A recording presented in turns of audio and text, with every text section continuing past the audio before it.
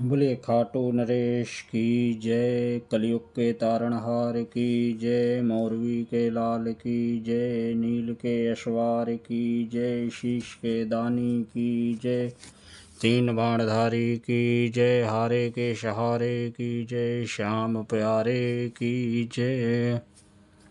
परम पवित्र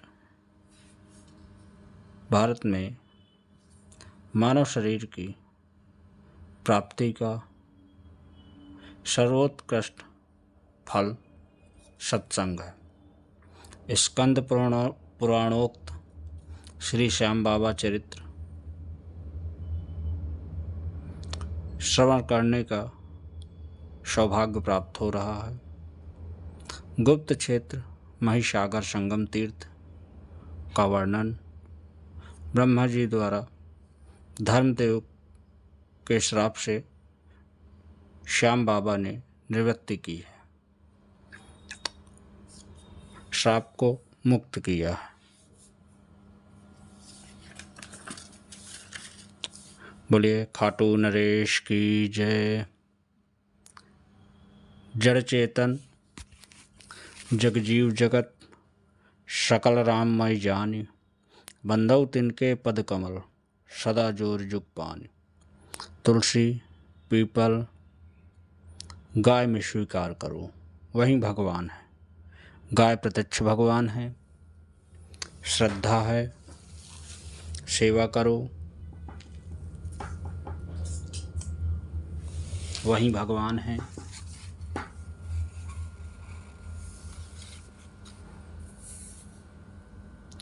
आपको वहीं समस्त भगवान का अनुभव होगा।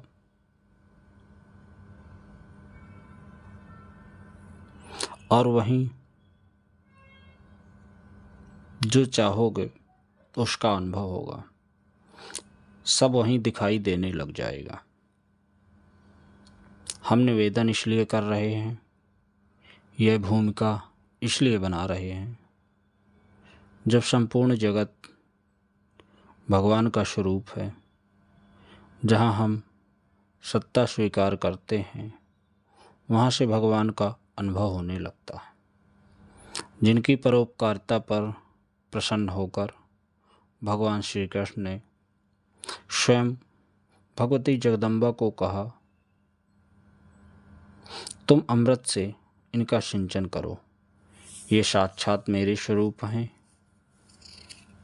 ये मेरे स्वरूप में ही पूजेंगे। कलिकाल में इनकी उपासना से समस्त मनोकामनाएं पूर्ण होगी। भगवान ने स्वयं कह दिया, तब अविश्वास का अवसर कहाँ रह गया। वैसे तो संपूर्ण जगत भगवान का ही है, यह चराचर स्वरूप ही है, जिसको अपना स्वरूप सायुज्य प्रदान किए हैं।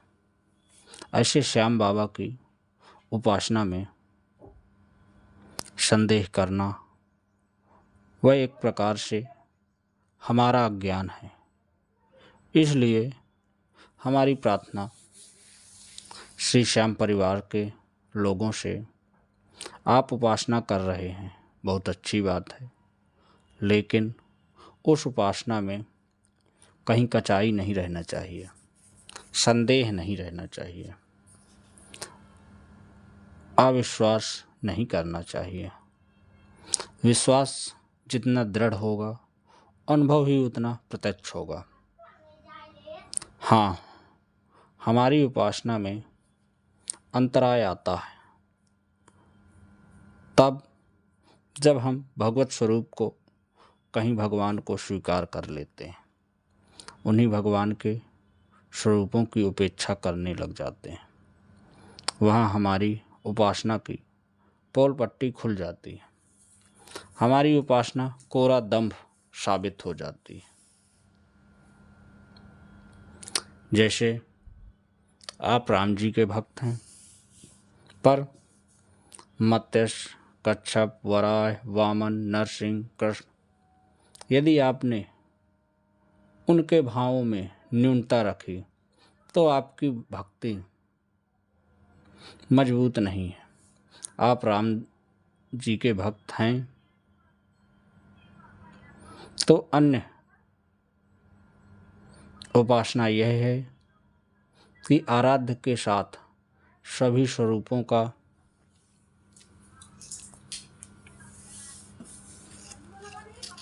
अभेद माने, वही उसका स्वरूप है। क्योंकि उपास्य भगवान का ही हो सकता है। देवता को भगवान माने, भगवान को भगवान ना माने तो हमारी उपासना में दोष आ जाएगा। शास्त्र की दृष्टि से कुछ चरित्र हैं जिनमें विविधताएं हैं, भिन्नताएं हैं, और अन्य ग्रंथ के अनुसार रसास्वादन करेंगे तो आपको बहुत सुख मिलेगा। श्री श्याम बाबा के चरित्र का जो एक विलक्षण भाव है, उस विलक्षण भाव यह है कि एक श्रापित क्षेत्र को श्राप से मुक्त किए और उसे सर्वोच्च पद पर प्रतिष्ठित किए। इस बात का शायद आपको ज्ञात नहीं होगा। जहाँ उन्होंने साधना की है उस गुप्त क्षेत्र में भगवती की उपासना की है। श्री श्याम बाबा ठाकुर जी का दिया हुआ नाम है। हम बार बार श्याम बाबा इसलिए बोल रहे हैं और इसलिए कह रहे हैं क्योंकि यह एक ठाकुर जी का दिया हुआ नाम है और उनके स्वरूप में ही मानते हैं। आपका परिचय यह है पवित्र पांडु वंश में धर्मराज युधिष्ठिर के छोटे भ्राता गदाधर भीमसेन, जिनका बड़ा भारी महात्म पुराणों में लिखा है। सुबह उठकर महाराज धर्मराज युधिष्ठिर का नाम लें तो हमारे जीवन में कभी अधर्म पनपने नहीं पाएगा। जीवन में धर्म हमेशा बढ़ेगा और धर्म निरंतर बढ़ता रहेगा। सुबह उठकर भीमसेन का नाम लेने से सभी पाप नष्ट हो जाएंगे और धनंजय अर्जुन का नाम लेने से सभी शत्रु नष्ट हो जाएंगे। बाहर के हों भीतर के, राग द्वेष, सभी शत्रु नष्ट हो जाएंगे। नकुल सहदेव का नाम लेने से शरीर में बीमारी नहीं होगी, तन में मन में किसी भी प्रकार की बीमारी नहीं होगी। द्रौपदी का, कुंती का नाम लेंगे तो भी पाप नष्ट होंगे। ऐसे पवित्र परिवार में भीमसेन की पत्नी हिडिंबा के पुत्र, घटोत्कच के पुत्र कामकंटकटा के मूर्दैत्य की कन्या से बर्बरीक जी का जन्म हुआ। आगे चल के श्याम बाबा खाटू नरेश के नाम से प्रसिद्ध हुए। स्वीकार करते हैं, लोग मानते हैं पवित्र वंश में जन्म हुआ। इनके दादा दादी सभी सिद्धा हैं, माता भी सिद्धा हैं। भारतवर्ष का एक महान तीर्थ महिसागर तीर्थ संगम,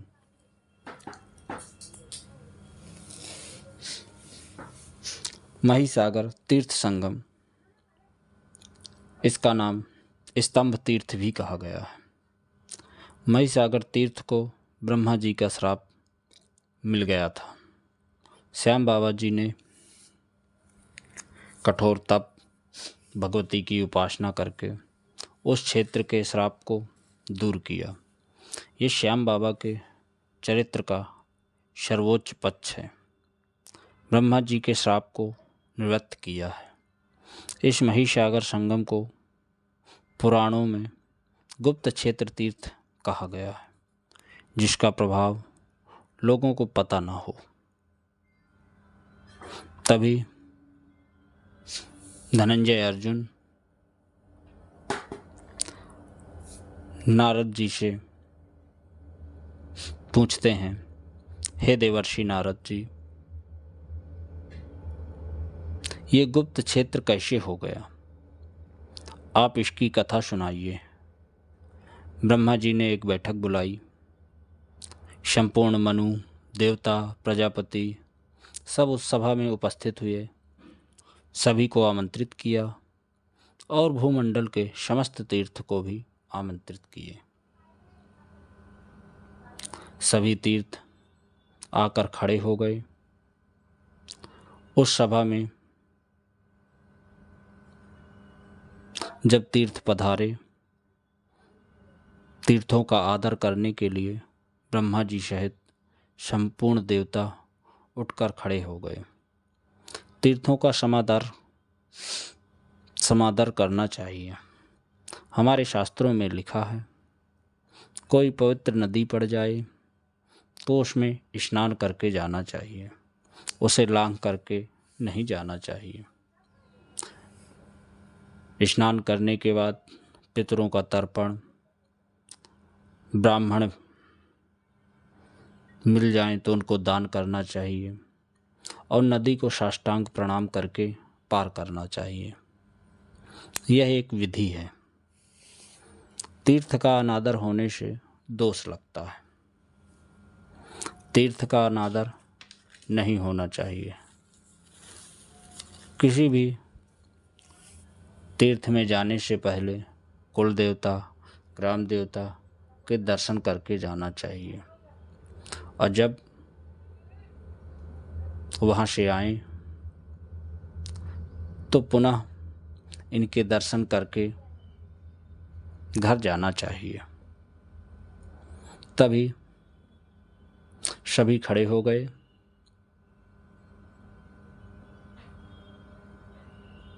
ब्रह्मा जी ने अपने पुत्र पुलस्त महर्षि को आज्ञा दी, ये तीर्थ पधारे हैं, इनको अर्घ दो। ये हमारी प्राचीन परंपरा है। अर्घ दान पूर्वक देना चाहिए। यदि कोई पधारे, विशिष्ट आचार्य, विशिष्ट पूज्य, तो अर्घदान देना चाहिए। अर्घदान जल, पुष्प, चंदन, पाद प्रक्षालन करके विशिष्ट पूज्य या आचार्य को घर लेकर जाना चाहिए। तभी पुलस्त जी अर्घ सजाकर लेकर आए। अब प्रथम में अर्घ किसको दिया जाए? को बड़ छोट कहत अपराधु, को बड़ छोट कहत अपराधु। कौन छोटा है, कौन बड़ा है, यह कहना अपराध है। ब्रह्मा जी हाथ में अर्घ लेकर खड़े हो गए।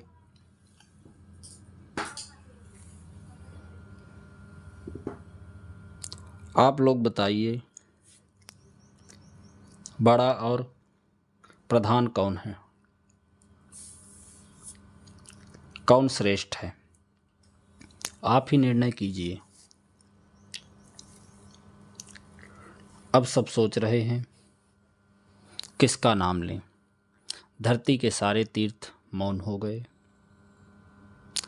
महिसागर तीर्थ ने विचार किया, यदि उत्तर ना दिया जाए तो अनुचित होगा। तभी महिसागर संगम ने कहा, आप मुझे ही अर्घ दे दीजिए। कोई बोल नहीं रहा था।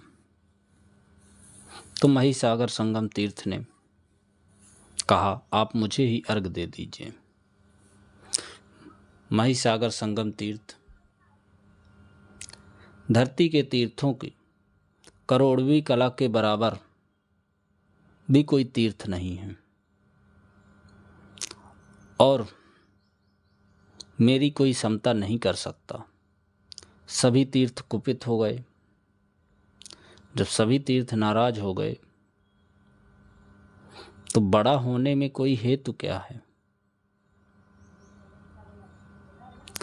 तभी कहा गया, आप प्रमाण दीजिए कि आप बड़े कैसे हो। महिसागर संगम तीर्थ ने कहा, पूर्व काल में इंद्रधुम्न महाराज ने कठोर तपस्या करके सर्व तीर्थमयी पृथ्वी को सतयुग में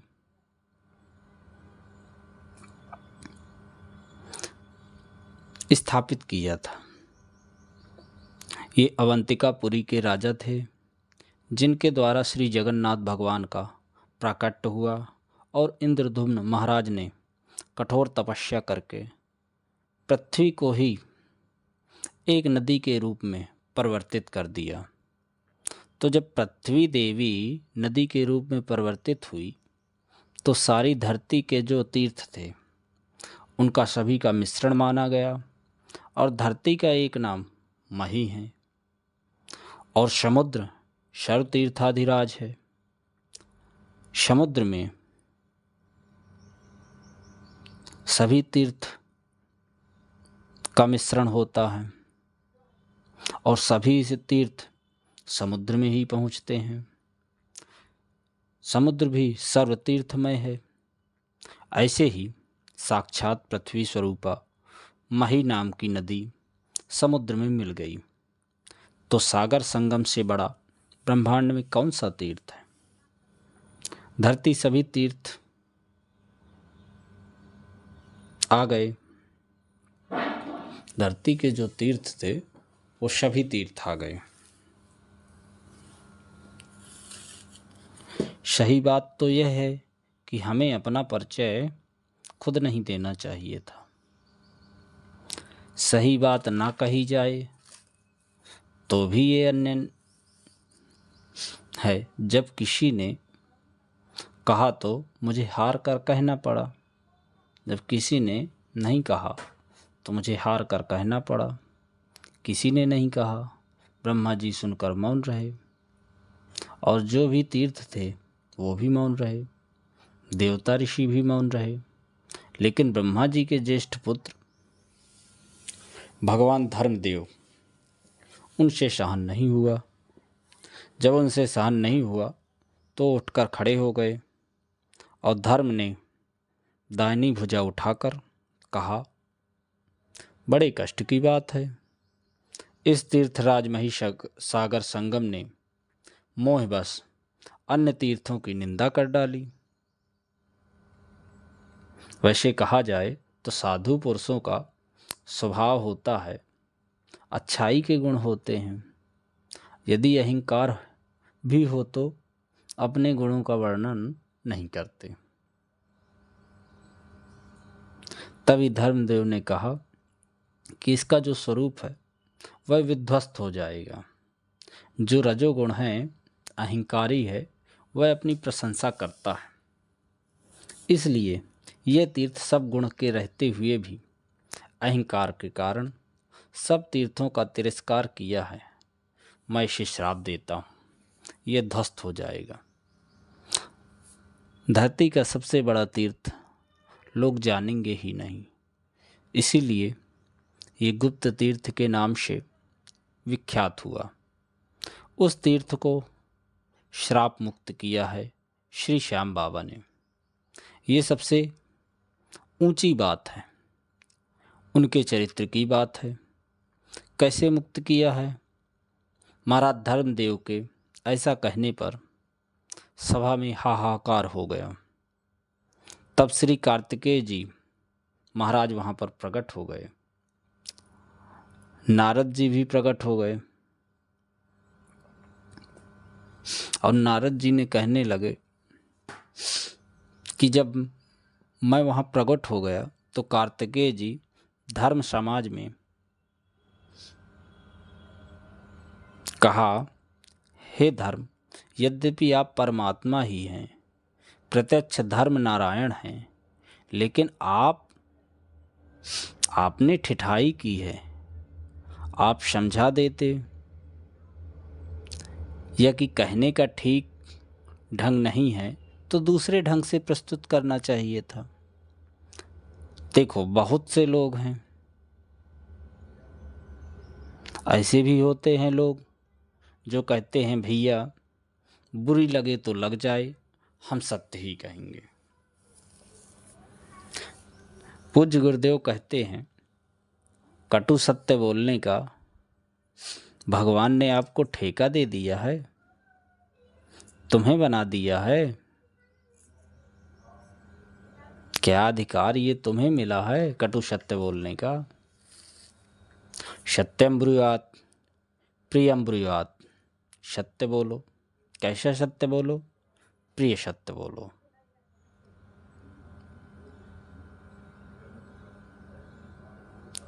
इस प्रकार से सत्य प्रिय बोलना चाहिए, कटु नहीं बोलना चाहिए। सचिव वैद्य गुरु तीन जो, प्रिय बोले भयाश। राज धर्म तन तीन कर, होई बेग ही नाश।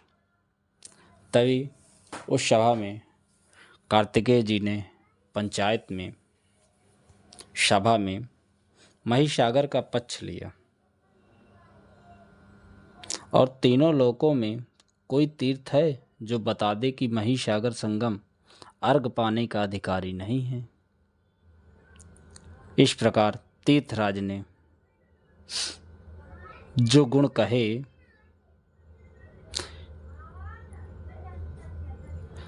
वो गुण सब के सब हैं, ऐसा कोई गुण नहीं है जो ना हो। अवगुण तो झूठ में होता है, सत्य बोलने में नहीं। तब साक्षात धर्म ही अन्याय का काम करेंगे, तो जब धर्म के द्वारा ही अधर्म होगा तो लोग किसकी शरण में जाएंगे? फिर सहारा किसका होगा? धर्म ने कहा, अब हमें अपनी भूल का अनुभव हो रहा है। हमने श्राप दिया, अच्छा नहीं किया, लेकिन साधु पुरुषों का नियम है, अपने गुणों का बखान नहीं करते। स्वयं की वाणी से दूसरों का आक्षेप और अपनी प्रशंसा का दोष लगता है। तभी ब्रह्मा जी को भी अपने पद से विचलित कर सकता है। एक बार राजा ययाति जी ने अपनी प्रशंसा करने से स्वर्ग से नीचे गिर गए थे, स्वयं प्रशंसा किए थे, इसलिए स्वयं प्रशंसा ना करें। शिव जी ने जिसको अधिकार दिए हैं उनका वो सब पालन करें। कार्तिकेय जी के कहने पर का तात्पर्य था, आपको बीच में बोलने की क्या जरूरत थी? धर्मदेव उठकर खड़े हुए और अपनी मुद्रा का त्याग किए। मुद्रा का जब त्याग करने लगे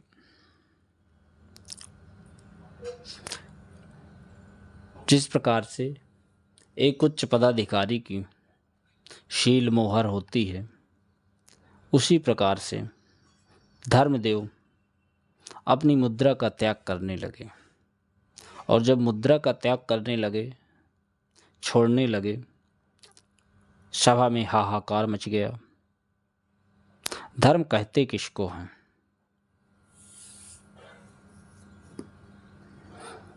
धर्म किसको कहते हैं? और धर्म ने कहा, हम ये पद छोड़ते हैं, हमसे अपराध हुआ है। तो धर्म की सबने स्तुति की। धारणा धर्म मिथ्याहु, धर्मो धार्यते प्रजा। जिसने सबको धारण कर रखा है उसको धर्म कहते हैं। जिसने सबको धारण कर रखा है उसको धर्म कहते हैं। धर्म प्रजा को धारण करने को कहते हैं। धर्म ही जब त्याग देंगे अपनी मुद्रा को, तो सारा विश्व ही नष्ट हो जाएगा। सब कुछ धर्म के ऊपर टिका हुआ है। आपके बिना सृष्टि की सत्ता नहीं रह सकती। आपको अपनी मुद्रा का त्याग नहीं करना चाहिए। आप इसका नाश ना कीजिए। और आप कार्तिकेय जी की बात का बुरा ना मानिए। वो शिव जी की ज्येष्ठ पुत्र हैं और उनको भी आपको सम्मान देना चाहिए। इसलिए आपने तीर्थराज को श्राप दे दिया, उसके निवारण का भी अनुग्रह कीजिए। ऐसा कहकर ब्रह्मा जी ये नारद जी ने सलाह दी। तभी ब्रह्मा जी ने नारद जी की बहुत प्रशंसा की और प्रशंसा करते हुए कहा, बेटा नारद, आज तुम समय पर बहुत ही सुंदर विचार रखे हो और प्रवचन किए हो। और कहा,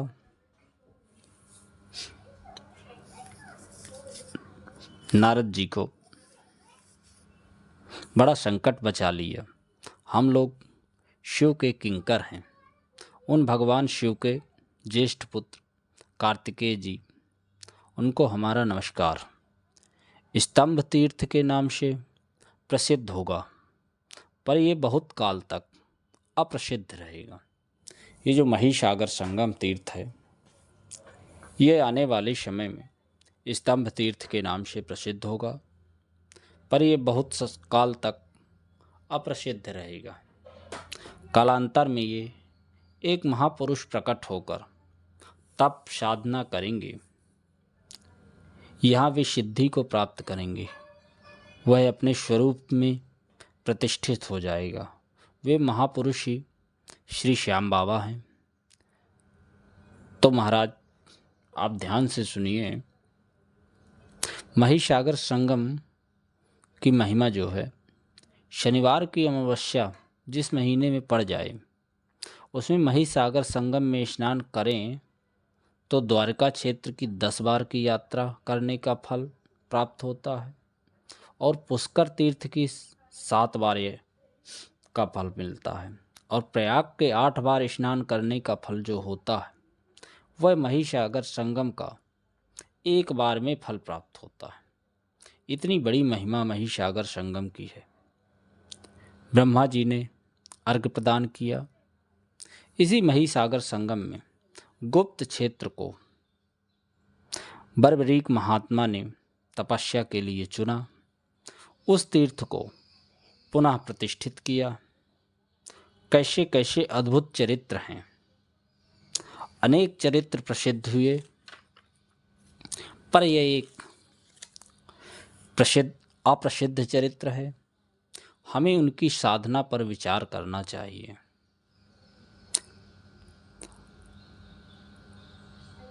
और यह महात्मा बर्बरीक की अद्भुत सिद्धि प्राप्त हुई और उस महिमा के बारे में सबसे पहले गुप्त क्षेत्र की महिमा के बारे में जानना चाहिए।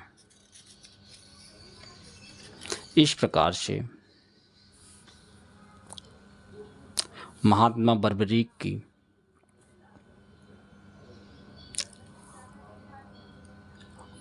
महिसागर संगम तीर्थ में माँ भगवती के आशीर्वाद से तपस्या हुई और तपस्या प्राप्त करके सिद्धि प्राप्त हुई। बोले खाटू नरेश की जय, कलयुग के तारणहार की जय, मौरवी के लाल की जय, नील के यशवार की जय, शीश के दानी की जय, तीन मारधारी की जय, हारे की सहारे की जय, श्याम प्यारे की जय, साचे दरबार की जय।